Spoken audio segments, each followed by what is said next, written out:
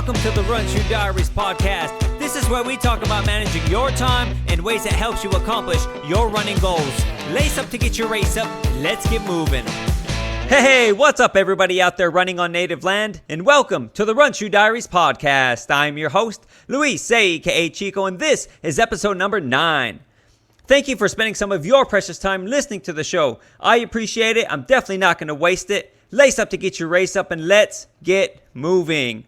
We're at the starting line with this episode's guest, and she is a mental and endurance warrior. Her shoes have more miles than most of our vehicles, and she is adored, applauded, and appreciated by many within the running community. Please join me in welcoming the definition of ultra running mom, Phyllis Stanley. Welcome to the show, my dear friend. Thank you. It's a pleasure. Really excited to speak with you. I don't think I can match your high energy. I can slow you down. No, you're going to do great. But as you know better than anyone, time equals miles. So let's get right to it. Go ahead with your introduction. Okay, so let me think. So again, my name is Phyllis Stanley. I am located in the Pacific Northwest in Washington State. More on the on the west side of the Cascade Mountains. So I live just west of Olympia, Washington, which is the state capital. I live closer to the coast, and I've been living here since 2000 after I graduated from college. I went to college in Arizona, and that's where I also was born and raised up until I graduated from college with a bachelor's degree. And I make my home here with two of my sons. One's a senior in high school. He just left, he just walked out the door for work. He works at Burger King. Okay. And then I have a sixth grader. He just left to go to CrossFit. So trying to always keep them busy to make sure they stay out of trouble. But, Yeah, definitely. It sounds like they have great work ethic already at such a young age. I don't know, but I'm trying to keep them busy, to keep them moving, because otherwise, I'm constantly, according to them, I'm always on them about doing things. So, yeah. Well, it comes with the territory of being a parent, and it seems like you're doing a great job. So keep it up. Thank you. The Pacific Northwest. This is an area that is a great place for recreational mountain running. Have you taken advantage of this? Yes. Most definitely. How can you not when you live here? There's endless trails. I have the Olympic National Park. That is about an hour's drive from where I live. So it's easily accessible. And it's a huge place. You cannot cover all the trails, say, in 1 year. It's just not possible. And then on the other side is the Cascade Mountains. So there's so many opportunities and there's so many different activities you can do. I've taken part in just day packing, fast packing, and backpacking, camping, obviously trail running. So that's where I usually go sometimes with my friends to explore the mountains and train. And then we sometimes explore the different peaks just to see for ourselves. And it's so cool. There's so many things to check out. That's awesome. I want to make it up that way sometime. I think the only place that I've ever been in the area was, I want to say Wenatchee area. Is that up there? Yeah. So Wenatchee is really beautiful. That's near Leavenworth. Yes. You have the enchantments there, and it's so gorgeous, and it's really popular. We checked it out. We did a point-to-point run, which is a really popular route last year with one of my running buddies, Stacy. And so that was really fun. It's so funny how that worked out because one day, with COVID last year, it presented this opportunity for us to finally do all this exploring and going on these different adventures. So this particular weekend, and the weekends that I do is usually when I'm kid-free and the kids are with their dad. It's I mark those weekends we have to go do something new, go check out a new place. So this came out to be one of those. I think it was I want to say it was early September. Our plan was originally to go down to Oregon and circumnavigate Mount Hood. That's I don't remember how long the route is, but some of our friends have done it, and we were just so envious because we wanted to check it out for ourselves. Yeah. And the wildfires occurred, and that they closed the trails, and so we had to kind of scramble at the very last minute. And I remember making phone calls to Leavenworth looking for a hotel because it's quite an hour's drive, and then like it's just the two of us, and it's quite a drive up there. So it's like, well, do we drive in separate cars for such a long ways to go, or Yeah. do we try to see, because they have shuttle services? And it just happened to get on the phone with this shuttle company. They're like, oh, I just got off the phone with couple that canceled, so we took up their slot. So it was like meant to be. So that was really fun. That was one of our fun adventures. Heck yeah, that's awesome. You said your home state is Arizona, is that correct? Yes.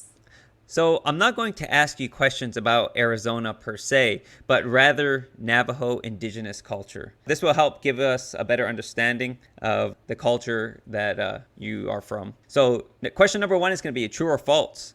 So Hollywood has already discovered this, but true or false, Navajo land is amongst the most scenic land. Yes, I would have to agree. And I'm pretty sure everybody would agree too. I grew up in a small town called Kayenta, which isn't too far from Monument Valley. And that's the area where actually my parents were raised many years ago. Okay. And it's really beautiful. It just so happened that was it this weekend or last weekend, my son, that's a senior, wanted to have a senior pictures shot there. So we went back, and fortunately my sister is a very talented photographer, and also my brother. So we went there. We woke up super early. It was freezing, but he was a champ, and he endured it and had awesome pictures there. But anyways, that's where my parents grew up. My dad grew up more on the east side of that region, and my mother, her family, back then they were still doing the whole, moving around. Yeah. As the seasons change, they move with their camp or what have you. They were still like really living according to, the incorporating the whole traditional values and not having a permanent homestead per se. And so this is like even like approaching the mid 1900s or, so yeah. And then my parents, I come to find out, were married in an arranged marriage. So wow. Yeah, so that was always exciting to know. And my sister mentioned this after she took the pictures, and my son was asking, he's like, Mom, how come you never told us? And it's like, well, I just, it's one of those, it's like known to me and my siblings, and I just assume he automatically knows. Right. But, it was nice to revisit that, where my mom, all she got was a glimpse of my dad, who was young, and his family came to my mother's, at the time, her homestead, and asked her parents and her grandparents for her. And it is so funny, like, I don't think I could even do that. You only get a little glimpse of the person you're going to have your share a future with and build a family. Just one time for a few minutes, and then until the wedding day, and then there you are, you have a life together. And they're really young parents, and so yeah, that's how my parents met. But it's a really beautiful country. I mean, there's so many things about it that's really beautiful. I mean, also too, it's a harsh country because it's in the desert, right? Yeah. And I think there's automatically always that survival instinct, and so that's kind of how I was raised. It's always about, every day is just like that. The primal goal is, what can we do today to kind of go out and, hunt and gather, so to speak, kind of work mentality that we're with. And, she always had that. My dad passed away when I was still very young in an automobile accident. And so my mom always had this insane drive. Like, it didn't even matter, like, if she was down with the flu. It was like, things have to get done. There's chores to be done. Yeah. There's things. She was like a taskmaster. And so, that's how I was raised. And so that is amazing. It sounds like your family is very delved deep into culture and everything. And yes, being in an arranged marriage that far back, you can't easily log on to Facebook and stalk their pictures, you know? Right? so, so a follow-up question to this. As a runner, what sticks out in your mind that makes Arizona such a beautiful and attractive place to run? Well, I mean, if you're talking about like primarily like where I was raised, I mean, I grew up every morning is just part of our cultural ritual. Yeah. There's this teaching that as soon as you can run as a kid, Yeah. you are expected, you got to join the rest of the family before sunrise and run east when it's still dark, no Wow. matter what time of the year. I mean, that's just a daily thing because Yeah. there's so many teachings behind it. One of it is obviously, um, you know, health wise, to build yourself, to build yourself to be the strong person, right? Yeah. It doesn't matter what the conditions are, is to go out there and, you know, put in your exercise, so to speak. But there's like a teaching behind it, right? A cultural teaching. Yeah. So part of the other thing is there's this belief, like there's the spirits, the Holy Spirits is when they're making their journey through before the sunrise. And when you go out there, you're supposed to holler some greeting, and they hear you and they recognize you and as one of their child. Oh, And wow. so, they pass along this blessing to you. It could be, sending you positive energy so you would have a really good, productive day. So there's like so many other various teachings, but that's kind of Yeah. like one of the main focus is you got to rise before the sun does, because Yeah. otherwise the greedy evil spirits then come down and then they weigh down on you if you're still in bed when the sun rises, and that's not a good thing. And then you get Right. teased by your relatives too, and so you don't want that. And so that's how I was raised. And That's amazing. I love that already. Question number 2. I love Indian tacos. When I'm in Navajo country, is it correct to say Indian tacos or Navajo tacos? you should know better. It's Navajo tacos. You don't ever say Indian tacos. Oh, Otherwise, you won't get served. would it be correct if I said indigenous tacos? I mean, you could try and find out. Yeah. And then I want to know what happens. Might be something to try next time I'm over in that area. Yeah, I A want to fo- hear how that goes down. All right. A follow-up question to this. In the movie Smoke Signals, Thomas is referring to Susie's fry bread, and he says, "Hey, Victor, you should try it. It's almost as good as your mom's." And then Victor replies, "Ain't no bread good as mom's." In your opinion, is this a true statement? Yes, of course. Mom always makes the best food, right? It's Yeah, I made with definitely love. agree. Eating your mom's home cooking brings a nostalgic element to it. Yeah, absolutely. Because she made it with a lot of thought, good thoughts for you. I mean, there's no way she just made the food just because for you to consume. There's always some meaningful thought behind it, right? Oh, She it always definitely. wants the best for you. Heck yeah. Question number 3.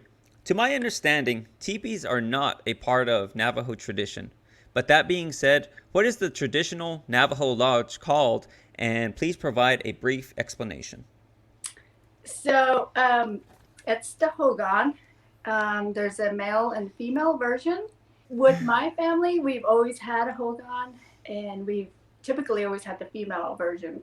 Okay. There's a different way that they're structured both to identify the type, but I do remember, I think my mother or my dad, I was little, they used to tell stories, and now I regret not really listening to all the Yeah. stories because they're gone, right? They're not written down, they're not recorded. You're Yeah. supposed to like listen intently, and then it was told with intentions. And of course you're a kid, and at least I didn't really completely carry it forward.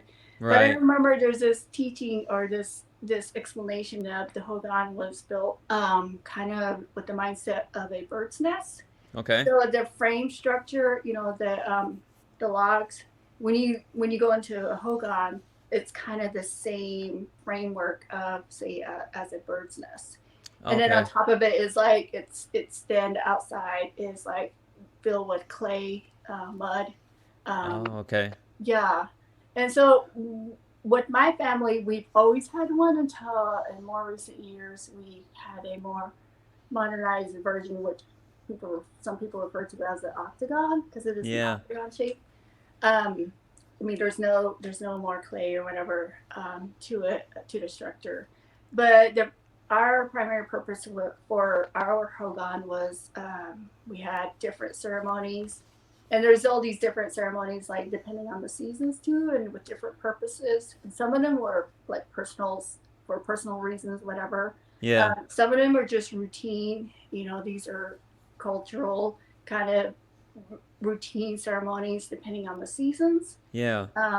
So those type of ceremonies were always performed in these in Hogans, at least with my family. Okay. Yeah. Well, thank you for that. Now we respectfully have a better understanding of the Navajo Nation and their culture. Occupational wise, what does Phyllis the Ultra Runner do? So I do IT work. I work for the state of Washington. Nice. So I work for an agency that's dedicated to early learning, meaning we maintain applications and case management system that house data for all sorts of programs.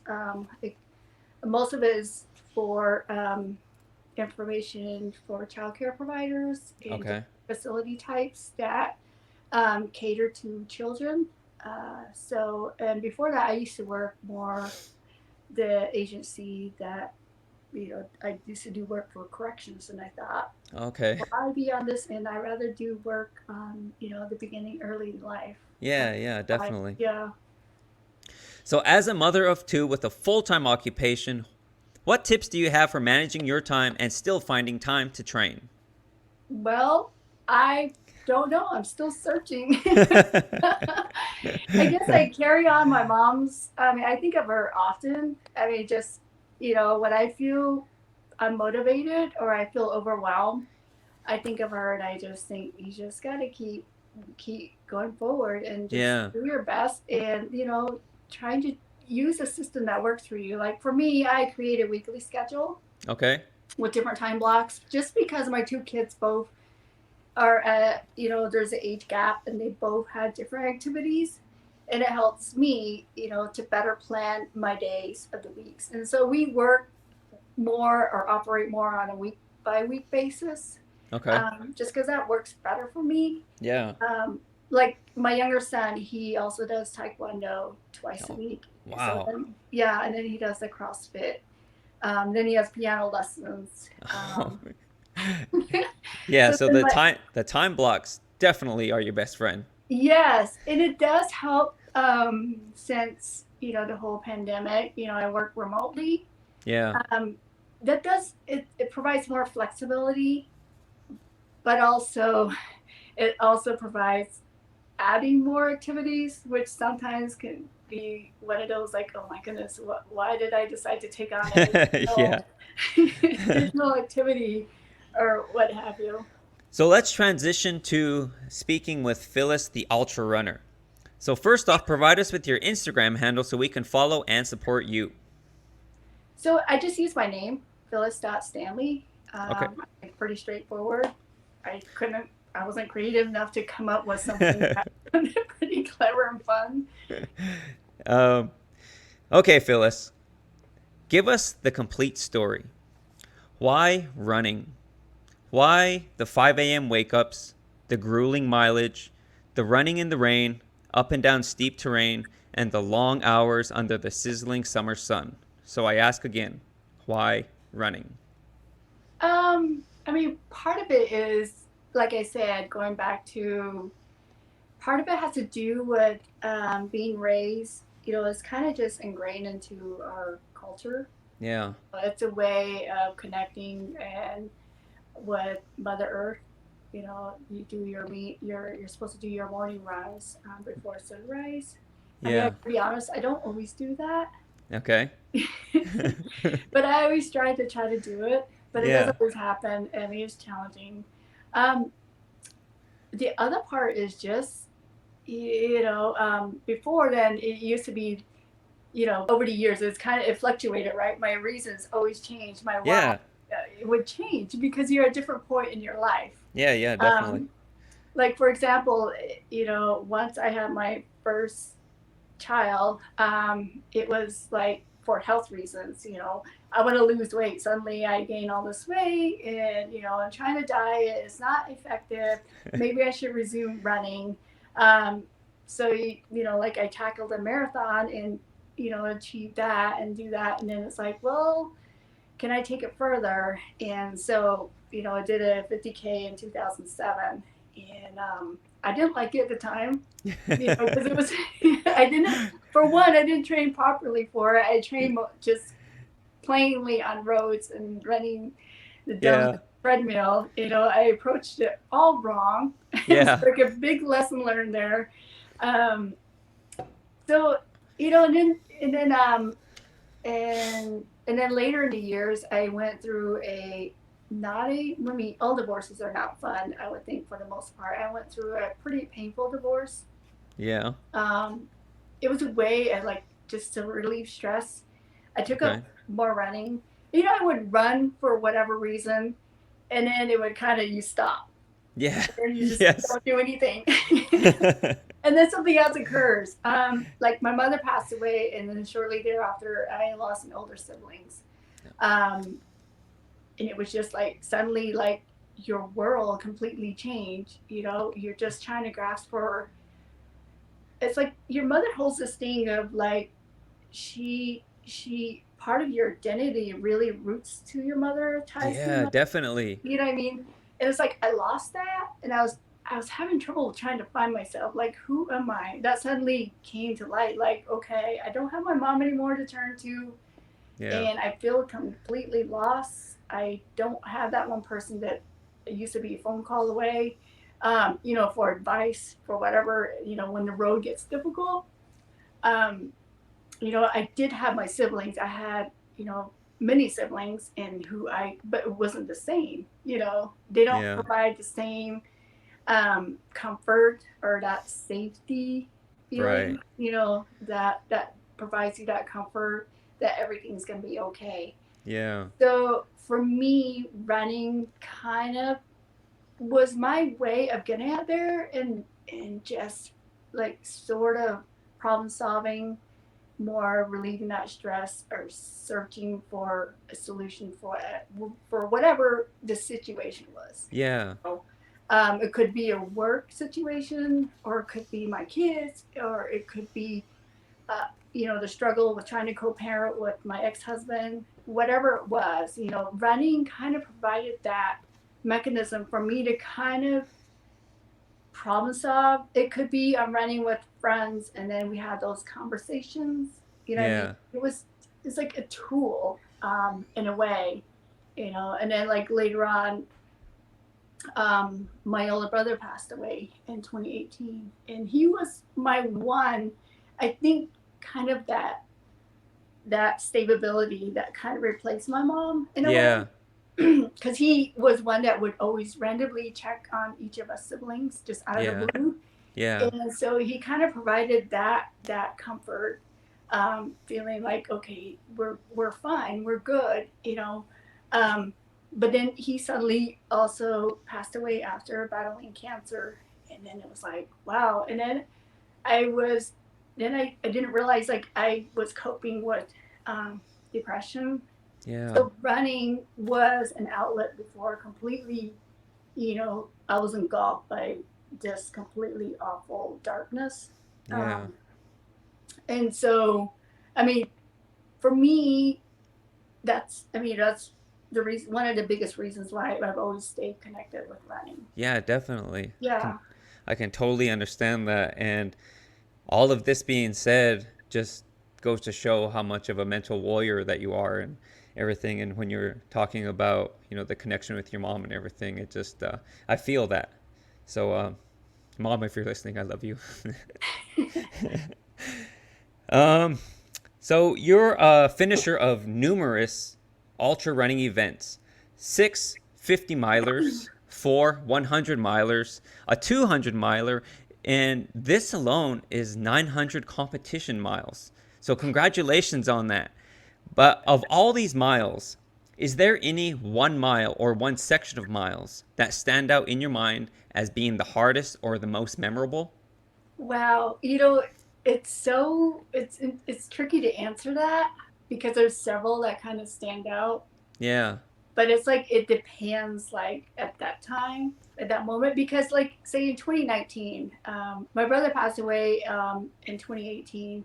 In July, the end of July, I just completely, that's when that fall, I completely just, was excessively running, like more Yeah. specifically trail, just as a way to cope, to kind of escape the awful, dealing with, the sadness and, just feeling completely almost lost and not sure how to just keep moving on.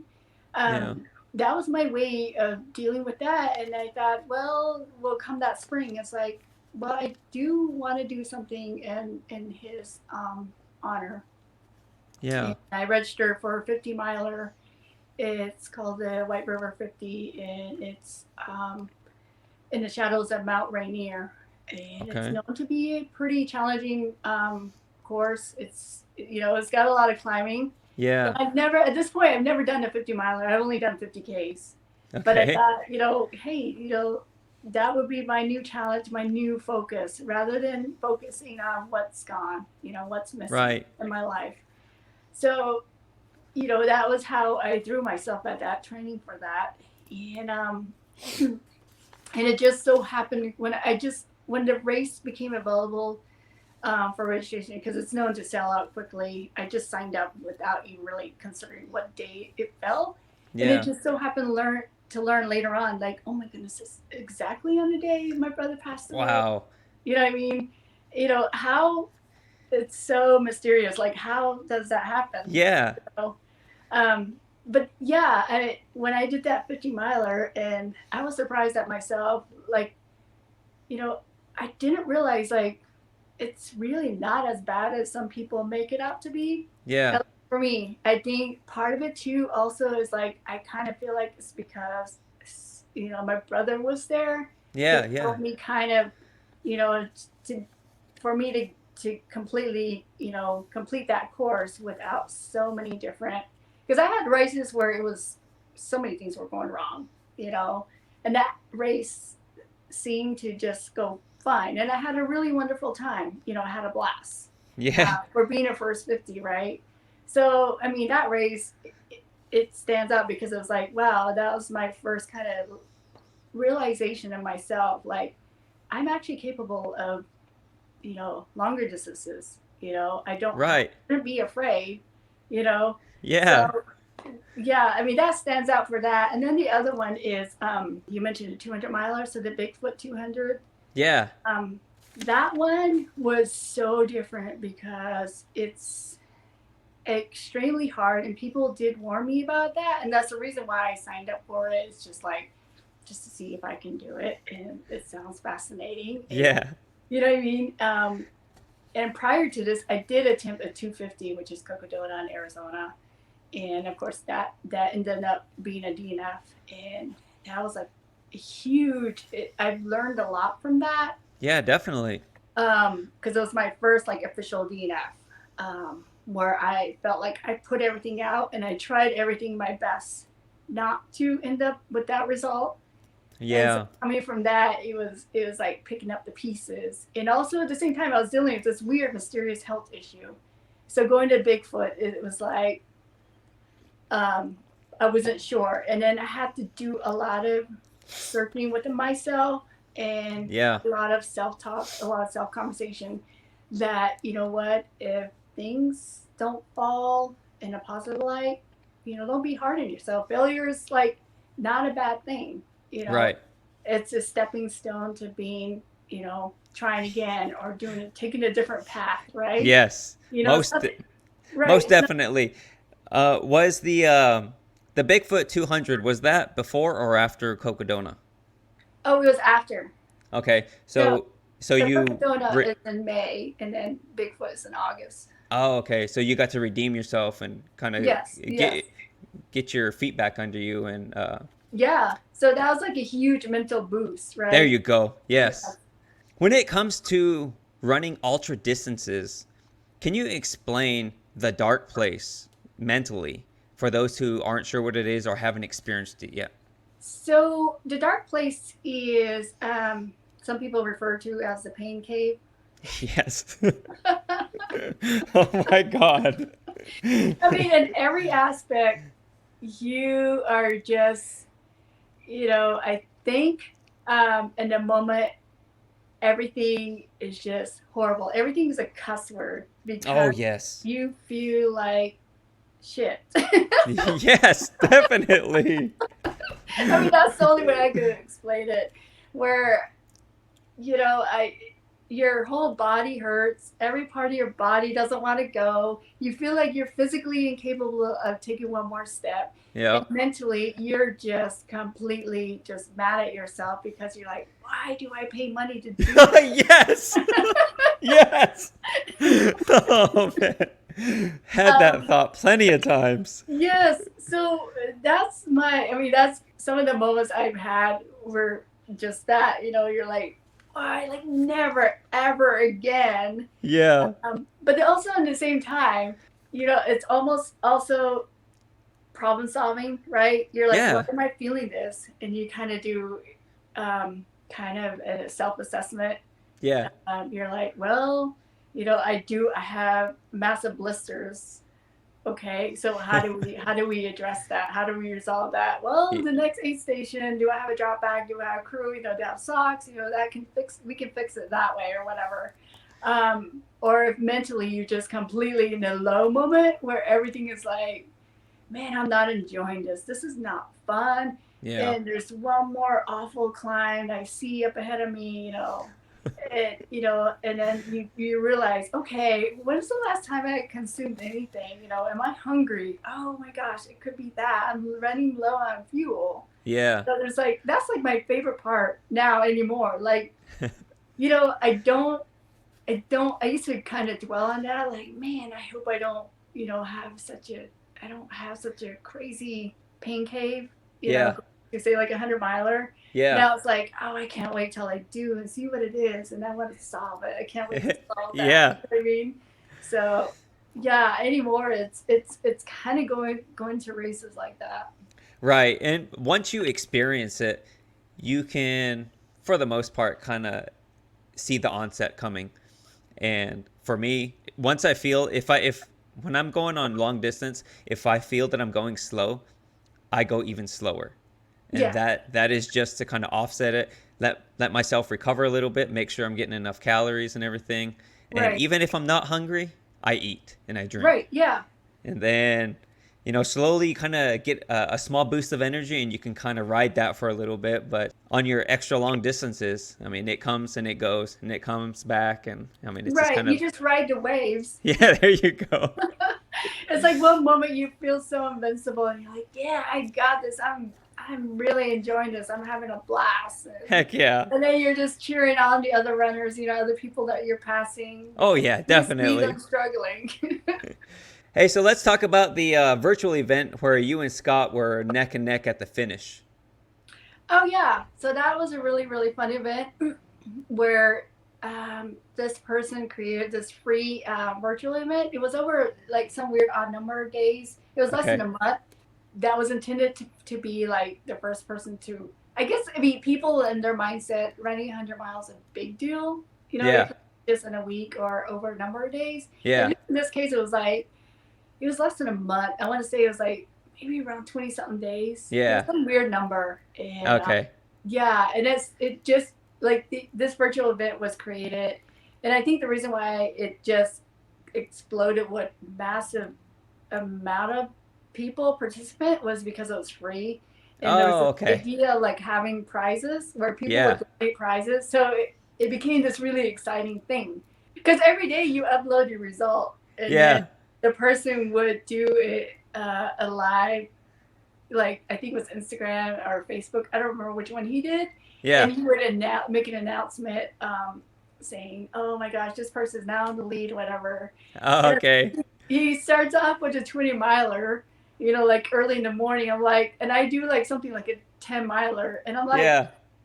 like what? I'm like, and then in the evening, I match him, right? And then Yeah. we started doing this, and we started like trading the spots of first and second every day, and so Yeah. it became this crazy wild kind of race, and it came down to like the very last day. Um, Yeah. like the last second day, he was up ahead of me by, I don't know, it was something like 40 something miles, or no, it was less than that. It was like, I think he was ahead of me by 20 miles because he did an extra 20-mile run. Yeah. And I took a break. It was part of my own strategy because I knew I devoted like a full day, like just to run and log miles all day long up until Yeah. that closing time. So that day I logged 53 miles. And Oh, wow. I know he was on the edge of his seat waiting for me to post my mileage. Yeah. And then, so yeah, I think that's why he mentioned it. And then when I sent him my screenshot, he's like, "Wow, it was so close too. It was within a few miles." Yeah. So, yeah, that was fun. All right, Phyllis, let's talk about FKTs. And for those who don't know, what is a FKT? It stands for fastest known time. Okay, so to my understanding, you have two of those. I do.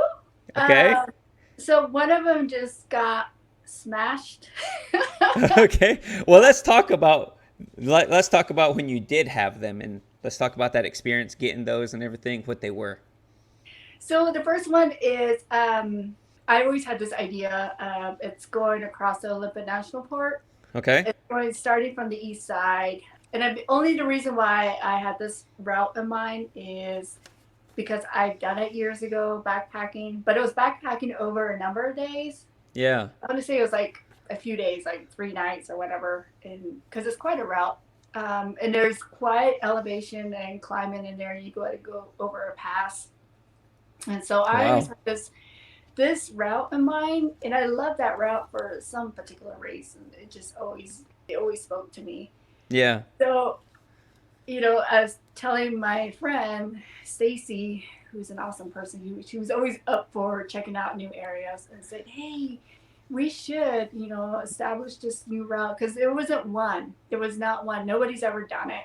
And Yeah. so one day we said, okay, we mapped out our project, and we went from one side, I would say Sadosi Wallops Trailhead. So you go Okay. along this river, and then you go up this crazy climb called Anderson Pass, and then you come out on the west side. And Wow. the thing about this is, I think most people don't do it. The point to point version is because it's almost a 4 hour drive to go from one trailhead to the other, which is quite a drive. So Yes. I could see why nobody would attempt that. Yeah. So then during this time, FKTs became such a thing because of whole COVID, right? There's no Yes. all races were canceled.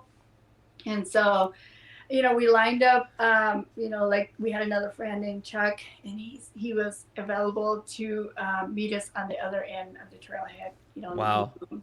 So yeah, so that was our first route that we even established Okay. ourselves and sent it in. It was approved and it was posted. It was public. Nice. So yeah, and then we did another one in the Cascade Mountains near Mount St. Helens, Okay. which was already established by this group of guys, and so we set the one for the female. Oh, nice. What was the time distance between both of them? I mean, how far apart were these events? So we did it weekend to weekend, like back-to-back weekends. Really? Yeah. What was the total mileage of both of these events combined? So the first one I want to say is like 37 miles, I think.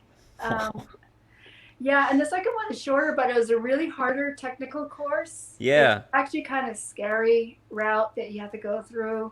The one in the Cascade Mountains, which just recently, gosh, it's this summer actually, a guy actually died on that route that we just did. So you have to Wow. be really careful that you do some scrambling, going across this ridge, and it's a very rocky ridge with lots of loose rocks. Yeah. And of course, he was out there solo, and so he ended up being missing, and it turned out he fell. Oh, wow. Yeah. No, I hope that doesn't happen to any other runner. And, for each of us, Right. as runners, we need safety first. Oh, yeah. I mean, you should always have, your safety checklist, I think. Yes. Some satellite communication, which Oh, I definitely. always make sure I have, and I always tell people what my plan is. Yeah. Even though, because I never go solos when I go exploring. Yeah. I always go with at least one other person, if not a group of us will go, just for Yeah. that safety reason, and then also just let other people know that are not doing it, just so they know, Yeah. if anything does happen, or, they don't hear from us, Right. yeah. All right, Phyllis, we're going to switch it up and talk about food. Okay. So first question, are you a vegan? So I started the whole veganism in 2019. Okay. And so far, I mean, I still eat that style. Okay. Can you explain the benefits from being vegan and a runner?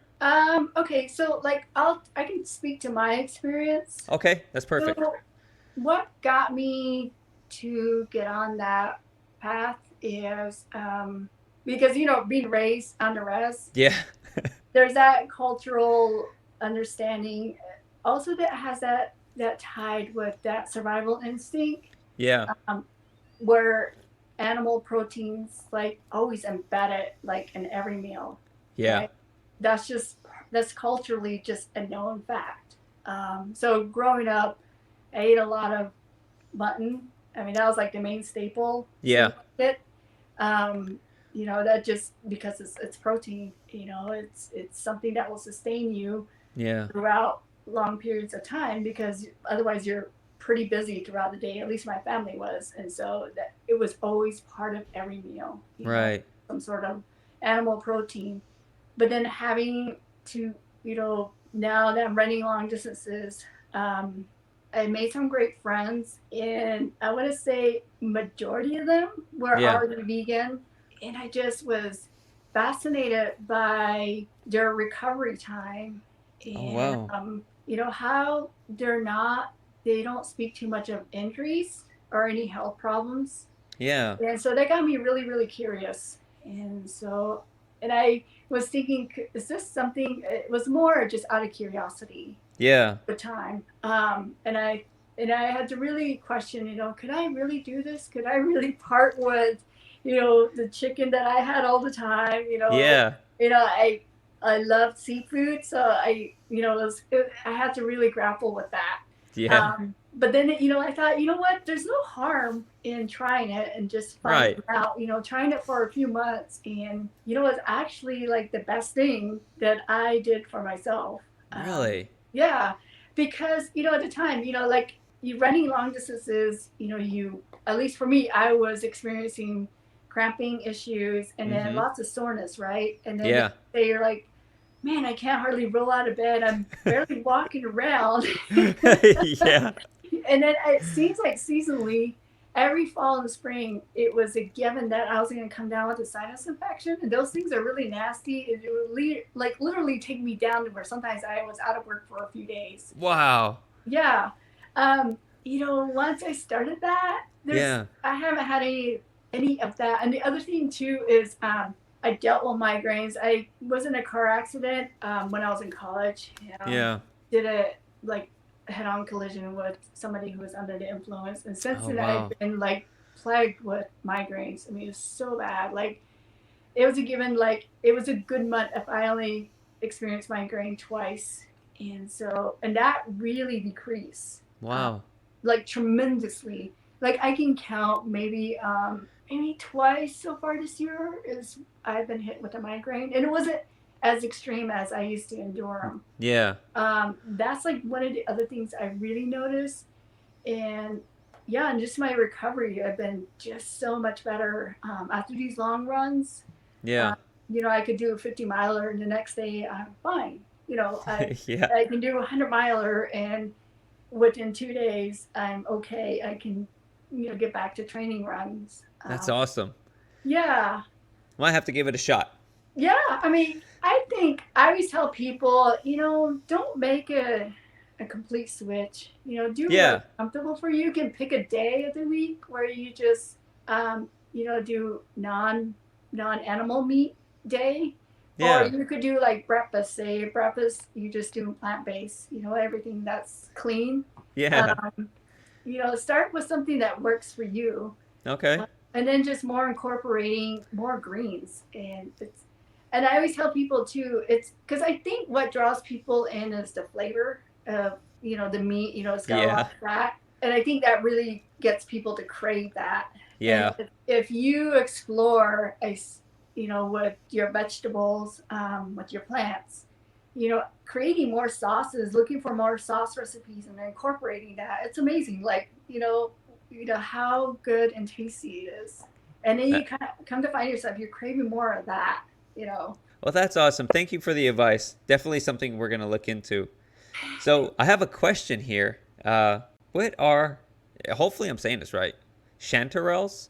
Oh, chanterelles. So those Yes. are wild mushrooms. Okay. Those are one of my favorites, and I didn't know about them until I moved here, Yeah. where my kids is relatives here. Every fall they only grow in the fall time. Like Okay. this is like the tail end of it right now, Oh, okay. and they only grow like in the dark forest where there's like it doesn't really get a whole lot of sun. Wow. So yeah, these are all the tips like I picked up, but Yeah. but oh my god, they're so fascinating. You either like it or you don't. Okay. But they're amazing, and they're loaded with so much like good protein. That's Uh, awesome. yeah. So I always take advantage of that, and you probably saw me posting about those. I Yes. go out hunting for it. Plus, it's fun, like hunting for it. That's like one of Yeah. my favorite parts. So yeah, so you go out there and you go hunt for it, and then I just been experimenting with different recipes. I mean, I just like mushrooms in general. Okay. That brings me to the next question. Witch's butter.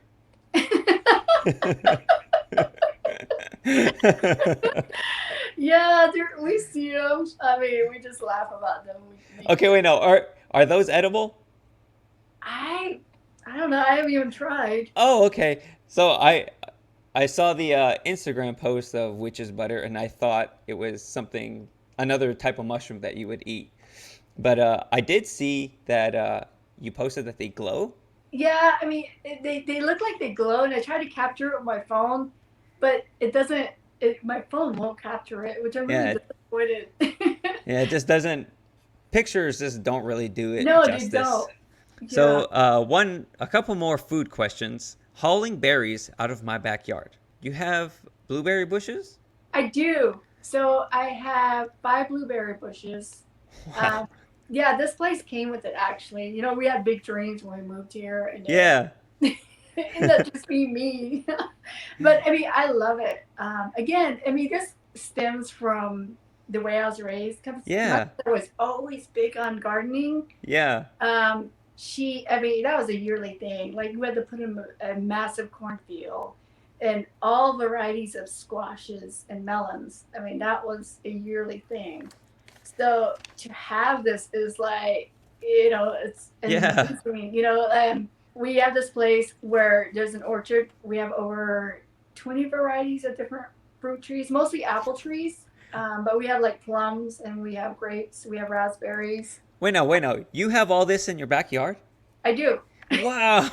That's amazing. Yeah, so it's awesome. I love it. We have a couple of pear trees. We have cherry trees. Man. We have the sweet cherries, and we have the pie cherries. So yeah, I love it. I So feel so lucky so to have all that. the veganism really, I mean, now you're really putting a lot of that into use. I mean, right in your backyard. Yeah, yeah. That is Um, awesome. yeah, it's really nice. It's so convenient to have. And something about having a garden and producing your own food, Yeah. so it just feels that stability feeling, Yeah. but that kind of empowerment, like it's very sustainable. Like you just feel like you're safe. You know what I mean? Yeah. Yeah. Okay, last food question, I think. Okay. Poached Pear loaf cake. That looks amazing. So that was a really amazing. I was so glad, like on the first try, it turned out great. You know, because Yeah. I'm always researching for different recipes, especially now that taking to veganism. Yeah. That's the thing. It's like if you just take the time to explore and try different things, and not every time you're gonna have a success, right? Right. You know what I mean? Some of them, I mean, I've had some horrible things that just turn out right. You know, you end up kind of dumping it out because you just can't stand it. Yeah. Um, but, that's like my favorite thing to do is just keep trying, finding that perfect combination. Yeah. Trying to variety and experimenting with different ingredients. It's a lot of times it's whatever I have on hand. Like for example, my amazing friend Angela, she put in a massive vegetable garden, so she's been sharing a lot of her goodies. And so like I got a huge bag of chard and kale, and so it's like hitting a gold mine. You're just Yeah. have this abundance amount of vegetables like potatoes and squash, and it's just like it's so exciting. I mean, that's kind of stuff really excites me because then I'm like, what can I do? Which ones can I combine and Yeah. get something out of it? And then add just like different variety of seasoning, and it's yeah. I mean, that's really fun to me. I really enjoy that. That's awesome. It sounds like you're gonna have to make some recipes and post them online so I can copy those. It's so funny because I had like several people going, "You need to do a cookbook." Like, There you go.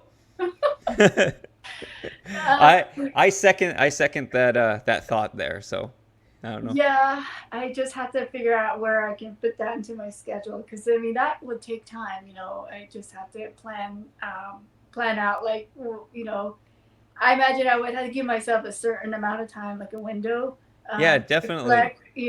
collect and experiment and create different recipes and see which ones would make it into the cookbook. I'm gonna send you this. So it's a blank cookbook and everything. Uh, you put your own recipes into it, and so this is the start of your cookbook. Wait, so if you have that, does somebody give that to you expecting you to create recipes? No, I've been trying for so long. So earlier in the podcast we talked about uh, ain't no bread good as mom's, and Right. I've been trying to recreate it and recreate it. I I have different notes all over, um, and my plan was to put them in here, and they never make it. It's still untouched, but I think you can make better use of it than I can. So Oh my gosh, well, thank you. you're definitely welcome. Now that makes me more, you're holding me accountable to actually come through with this. Well, I'm supporting you. Let's put it that way. Thank you, I appreciate it. All right, so on Indiansports.com, you have a feature story. And in this, Mr. Tim Van Norman states, with about 15 miles left in the race, beaten and battered, Phyllis started running. It was not fast, but it was faster than the previous couple of days. As the final miles ticked away and the trails gave way to what seemed like endless pavement, Phyllis kept moving forward, revitalized with the knowledge that she was going to finish. Can you explain this feeling and the mental state that enabled you to overcome all the pain and muscle fatigue and finish this race running? Wow. Yeah, it was so nice though. I mean, what he said. I mean, he couldn't have said it better because there was so much that I endured in that race. Yeah, So many obstacles. Like you couldn't just pick one thing and that sticks out as being like the hardest thing. yeah, And all these different things kind of signify a different point in my life. I want to say, looking okay, back, thinking about it, like the first day, it was the first couple of days actually, it was like crazy heat, super massive heat that took out so many runners. yeah, But to endure that and to come through on that, and then also there's different sections where there was endless climbing, wow, crazy terrain, and there's like crazy drop offs. You're going along these ridges, and some people you see them completely just throw in the towel. right Yeah. in front of you. Um, and then the late stages, right before this, there was an unexpected um, storm that came in, Oh, and wow. it just completely, the weather did a flip where it was freezing and cold. And then to make it through the night of climbing through these crazy amount of insane amount of blowdowns. Yeah. It was so muddy and wet. Oh, man. And then to finally come to this point, because as you're going through this, I mean, I think there's different things that kept me going. Um, a lot of it was like thoughts of, say, my mother, how, thinking about all the times, the miles that she put in, regardless of whatever the circumstance was. Yeah. Sometimes it looked so grim, like it felt like there's nothing positive happening, but Yeah. she just persevered. She just kept that forward motion. That a lot of that just was in my mind. Thinking about that, and then also at the same time about my late brother JB, who passed away in 2018. Thinking about him, how he was the one that inspired me to go outside of my comfort zones. Yeah. Um, like, for one, is leaving the reservation and leaving to go kind of far away from home and finding my own home, per se, here, and then falling in love with it and being really comfortable with it and trying something new, even though I'm, alone and by myself, Yeah. and just taking that, I don't know, that avenue, even regardless of the unknown, right? Yeah. So there's like so many things that crossed my mind. And also the other thing was my late fiance. He passed away, last year, Yeah. and also to cancer. He passed away, and he was just a few weeks short of turning 43. Oh, wow. He crossed my mind a lot because he was one of my biggest supporters. Yeah. Even though he himself was not a runner, but he was that one that always had an even keel personality. Sometimes I get so worked up about certain things, or I have anxiety about a certain race, and he's like, you always come through. So why are you thinking this? Yeah. You're gonna have a bad outcome or a bad experience. And he always reminded me, instilled in me, that it's gonna be okay. Yeah, So a definitely. lot of it was just thoughts of him. And so in that last day, it was like, wow, these people, thinking of them, really carried me through, Yeah. mentally.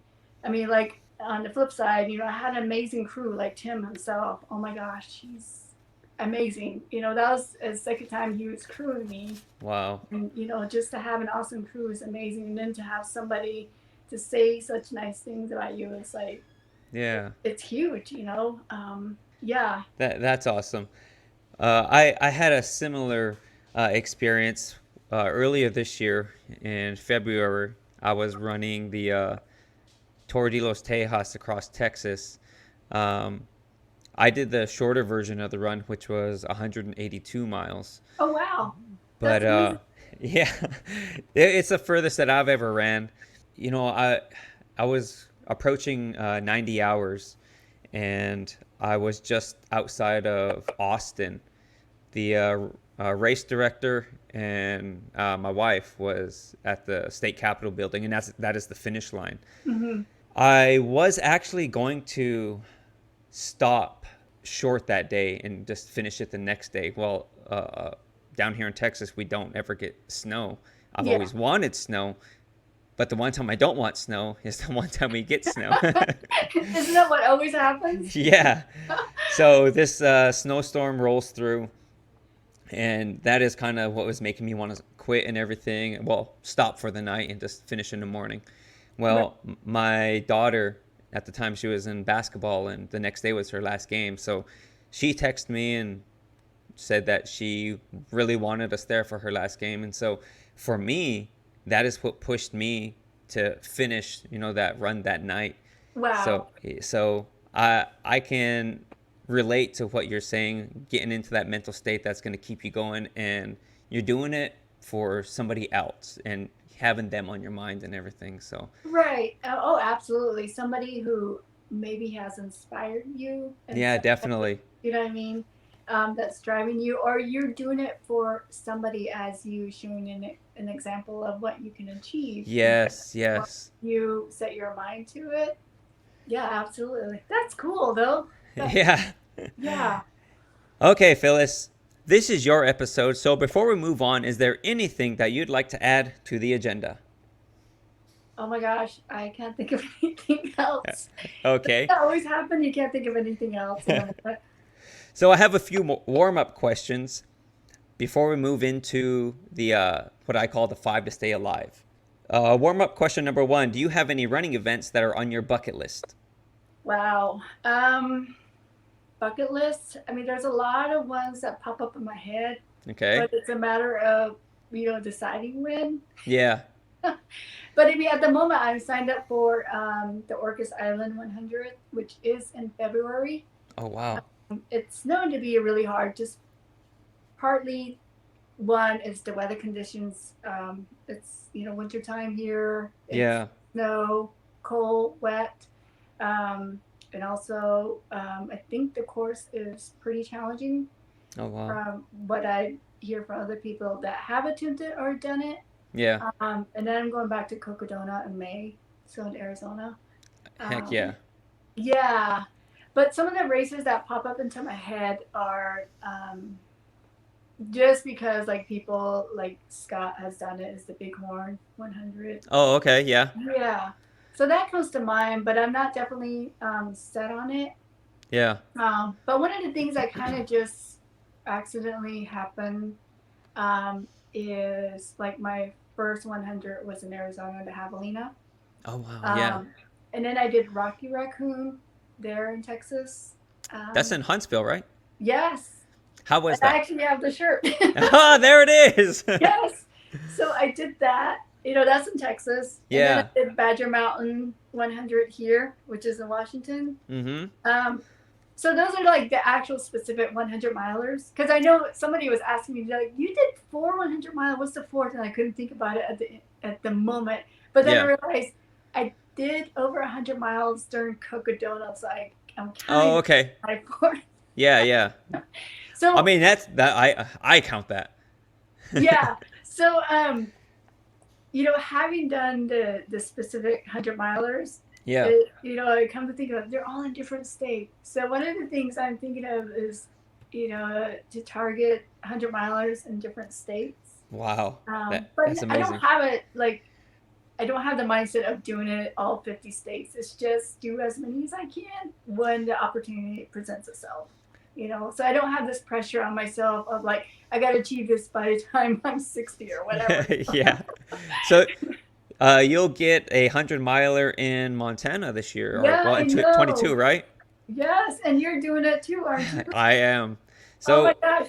yeah, I see the Instagram posts that they are putting up, and so I ran the Rut, which is what, a 50K, 31 miles. Yeah. And that was pretty arduous. It sounds like it. So I live down here in Texas where there's no elevation. I don't know how I'm gonna get training enough to sustain my legs for 100 miles through the mountains. So. Well, don't you do cross training? Yeah. That will help. Yeah, I mean that's that and the Stairmaster I think is what I'm gonna have to revert to and everything. But yeah, it's something definitely that I'm looking forward to, and likewise for you, it'll be getting a 100 miler in Montana for you. Yeah, absolutely. Also, do you have access to a bike? You can climb on the bike. I do have access to a bike. Yeah, I've never used it at the gym or anything, but yeah, I do have access to that. Yeah, so there's that too. You can do the climbing, like spinning class. You do the climbing. Well, training's got to start now, I guess. I mean, that course actually scares me. It just sounds brutally hard, but it's also exciting too because it is hard, right? Yeah. So, yeah. Yeah, I'm pretty excited about that. Yeah, me too. Question number 2. Has anyone ever tried to discourage your running, such as it's bad for your knees? Well, yeah, non-running friends, they think I'm crazy to be doing anything that's beyond a marathon. Yeah. Yeah, they say, why do you do that? Yeah, I can drive my car for those distances. Right. Yeah. Same But thing. again, yeah, these people, they don't really do Right. anything that's any sport. So, I don't blame them for saying that. Totally understand. And question number 3. Would you rather have free shoes for life or no running injuries ever? Well, no injuries. I would Yeah. go with that, yes. Because it sucks to be injured and then you're laid up and everybody else is doing awesome things and you're thinking, Yeah. All right, Phyllis, that's all we have for the warm-up questions. And now, welcome to the 5 to Stay Alive. These are the questions that I ask every guest about themselves and what keeps them going. Contestant Phyllis, are you ready to answer the 5 to Stay Alive? yes, let's do this. All right, question number 1. Do you run with or without music? And if so, what is one power song on your running playlist that motivates you? Oh, interesting. So I don't always run with music. Okay. Especially don't when I'm out on the trails because I wanted to be aware of what's around me in case Yeah. a big cat that's prowling around or a bear or whatever, or even an unfriendly human. Yeah. So yeah, I definitely I don't listen to music unless I'm running in town, on the sidewalk, since that's different. Then I Okay. will listen to music. So one song, Yeah. I think it's I'll pick the song by Eminem, Not Afraid. Okay. Yeah. The reason why I picked that is, it's like you come to this kind of, at least for myself, this realization like shouldn't be afraid to tackle things that you've always wanted to try, right? New things. Yeah, It could be definitely. a new distance, like in my case, trying a longer distance, a multi-day event. Um, I had to find out for myself. And so, just put fear aside. I mean, it's okay to walk through the fear and actually get yourself there, right? Yeah, definitely. That song is on my playlist as well. So keep in mind that this song will be added to the Spotify guest playlist for listeners to download. And this song is a representation of you. Question number 2. What are some things in your life that have positively changed since you started running? Well, I want to say, since we talked about vegan, that's one of the areas I think it really gave me the opportunity to really divulge into more focus on doing the research on eating more clean. Yeah. Yeah, and just really, I guess, being more aware of some of the other issues, just from observation, like say from friends, family, um, really opened my eyes on that front, with the food and the choices that you make, Yeah. what you decide to put into your body. And I try not to come off as being persuasive or I'm in this vegan club, so to speak. It's more about Yeah. me just making my own choice, about what I'm doing for myself. Like my kids are not vegan, you know, Okay. and I don't force them to try to steer in that direction. I figure at some point they will decide for themselves if they want to. Yeah, Uh, definitely. you know what I mean? So that's one of the areas I think that's really, given me this opportunity to really explore and really become more aware of, why I'm choosing to do this. Yeah. You know what I mean? Like one of the things is, I mean, it's kind of, I mean, some people can kind of close their mind and just act blind to it. Is one of the things is like the whole health wise, the older you get, some of these Yeah. things catch up with you, right? Yeah. So just be more aware of that and, trying to find a way to at least kind of alleviate that, so to Yeah, speak. yeah, You know what I definitely. mean? Yeah, eating more consciously is definitely working out for you and everything. So, question number 3. What is one thing that an athlete should avoid in their journey to becoming a better runner? Oh, I think comparing yourself to other people just because somebody else is on a different trajectory doesn't Yeah. mean you should try to match them. You know what I mean? You should just be you and pursue what truly find joy in. Right. that speaks more to you, that makes you happy, that makes you feel more complete and content with yourself. Right. So definitely running your own race. Absolutely. You shouldn't try to strive to please other people or try to be like somebody else, because we're all different, right? We all Yeah. have a different history. We're all walking a different journey. Um, so do what calls you, Right. pulls you in. Question number 4. Finish this statement. When it comes to long distance running, Phyllis cannot leave the house without her. um, well, at this time of the year, I want to say a rain jacket, even Okay. though it's a nice day, because around here the weather could change in an instant. It could be a complete downpour in a matter of minutes, and so I always try to be prepared. That's awesome. And if I saw correctly, you just ran in the rain this morning? Last night. Last night. Question number 5. Do you have a running mantra? Wow. Don't really have one. I guess most of it's just to enjoy and have fun and Okay. try to find pockets of joy in your journey. Even though it maybe you be enduring a miserable time. Try to find that Yeah. little window of something that's positive. Right. All right, Phyllis, that's all the questions that I have for you. Thank you for being a guest. Is there anything you want to go back to and expand on before we close this episode out? No, I can't think of anything. But this has been really nice. Thank you for having me. Oh, definitely. So, Phyllis, I want to thank you for being a guest on the show. Your resilience as a runner is that to be admired. Your running story reminds us all that our life becomes what we allow it to be. That it's okay to slow down when life hurts, and that we as runners can learn a lot through our battles with the pavement or the trails. And lastly, it reminds us that what separates the few from the many is not the ability to avoid pain, but rather to be your best when the inevitable pain shows up. Again, thank you for agreeing to be our guest. Yeah, it's been an honor to be on your show, and thank you for inviting me to your table. This has been Oh, fun. definitely. And that's all I have for you, but I'm definitely going to see you at the Crazy Mountain 100. All right, Phyllis, we'll talk to you later. Have a good night. All right, you too. We're approaching a finish line, but before we cross, here's some news and views. That was the definition of ultra running mom, Phyllis Stanley. And as she is to so many, many other runners, she has become one of my biggest inspirations within the running community. When I asked her to give us her full story on why running, her insight was invigorating, and it went spiritually and mentally deep. Culturally, it was ingrained within her. And for a multitude of reasons, it stayed and enabled her to leave her footprint within the running community. Here's Phyllis. So I ask again, why running?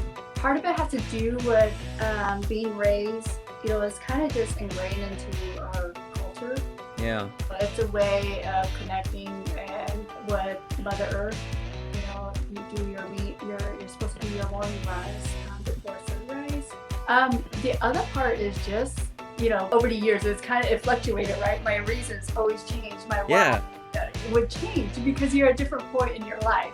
Like, for example, once I had my first child, it was for health reasons, And then later in the years, I went through a pretty painful divorce. It was a way of just to relieve stress.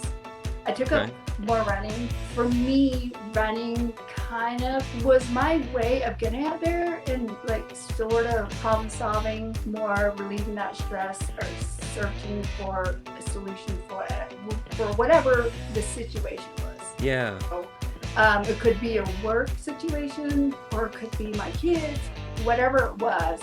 Running kind of provided that mechanism for me to kind of problem solve. Running was an outlet. And so for me, that's the reason, one of the biggest reasons why I've always stayed connected with running. Though each of us have our own reasons for keeping running a part of our lives, those reasons continually change. And like Phyllis said, running becomes a tool to solving problems and relieving stress. Running is medicine and it can heal. And it is that aspect of running that is difficult to explain unless you've experienced it for yourself.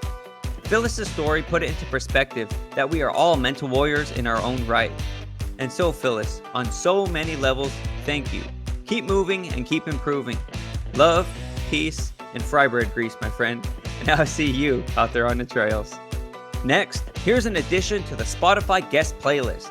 Phyllis is adding Not Afraid by Eminem. A few facts about the song is this is Eminem's lead single from his 7th studio album titled Recovery. The song Not Afraid reflects on the more positive mood of the album, and it finds Eminem rapping about how he tried to overcome his personal battles and trouble. This song is fitting for the theme of this episode, so turn it up, overcome those personal obstacles, and continue to work on crushing your running goals. And that brings the Spotify guest playlist to 13 songs. I want to send a personal thank you to each of the Run Shoe Diaries podcast listeners. This is a work in progress, and it's coming along nicely with your support and your input. So once again, thank each and every one of you. And with that, we have crossed the finish line. So if you have any questions, comments, concerns, or guest recommendations, contact me at runshoe.diaries@gmail.com. Again, that is runshoe.diaries@gmail.com. Be sure to follow us on Instagram, Facebook, Twitter, and YouTube. Keyword search Run Shoe Diaries. Thank you for listening to the Run Shoe Diaries podcast, episode number 9 with Phyllis Stanley. Until next time, remember that with each step comes the decision to take another. So keep putting one foot in front of the other because it's amazing what you can do on your own 2 feet. And I'm out.